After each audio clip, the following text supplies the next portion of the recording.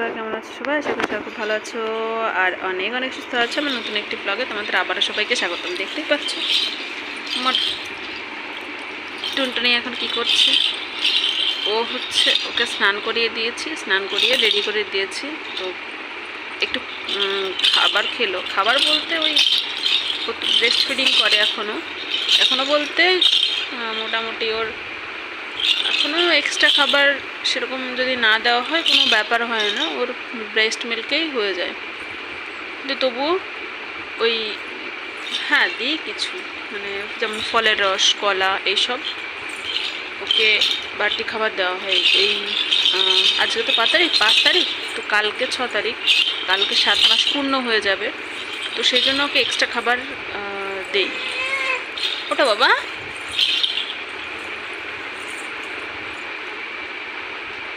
তো দেখো এখন খেলা করছে, বাইরে যেতে হবে। বাইরে হচ্ছে মানে আজকে অনেক জামা কাপড় ধুয়ে দিয়েছিলাম। অনেক জামা কাপড় বলতে ওই ওরই জামা কাপড়গুলো, তারপর মশারি কিছু কিছু মোটামুটি কিছু কাজে কেচেছিলাম আজকে। তো সেইগুলো বৃষ্টি এসেছিলো, তো ছোটো কাকিমা আবার তুলে রেখেছে। দেখি সেগুলো রোদে দিতে হবে। তো ওকে নিয়েই যেতে হবে, কারণ হচ্ছে ও খুব একটা রিস্কের ব্যাপার হয়ে যায় কি এখন। ও হচ্ছে এই যে এই বালিশ দেখতে পাচ্ছ, ওকে যদি ঘুম পাড়িয়ে রেখে আমি এভাবে বালিশ দিয়ে রেখে যাই, ও কী করে এই বালিশটা টপকে ওই নিচের দিকে চলে যেতে যায়, মানে খাট থেকে নামতে যায়। কিন্তু এখন তো মানে খুবই রিস্কের ব্যাপার হয়ে যায় ওর ক্ষেত্রে। মানে যদি একজন কেউ না থাকে তখন আমার তো মানে টেনশান থাকে, মানে বাথরুমে গিয়েও আমি শান্তি পাই না, যেই জানি কী হলো। তো যাই হোক, চলো তাহলে একটু বাইরের দিকে যাই। ভালোই রোদ উঠেছে, তো উনি তো এখন খেলা করছে। ওনাকে নিয়ে যেতে হবে, ওনাকে রেখে যাওয়া যাবে না। চলো তাহলে। এই যে আসো বাবা, আসো। এখন খেলায় ব্যস্ত।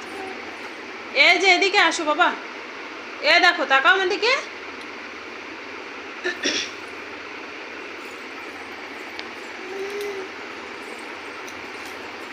কই আসো, এ দেখো।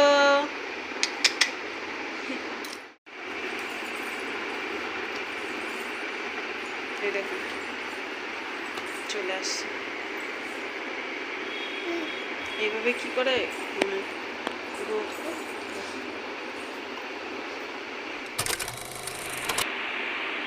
রে বাবা,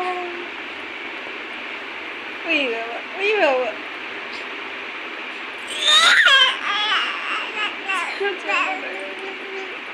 ওরকম মুখে হাত দেয়।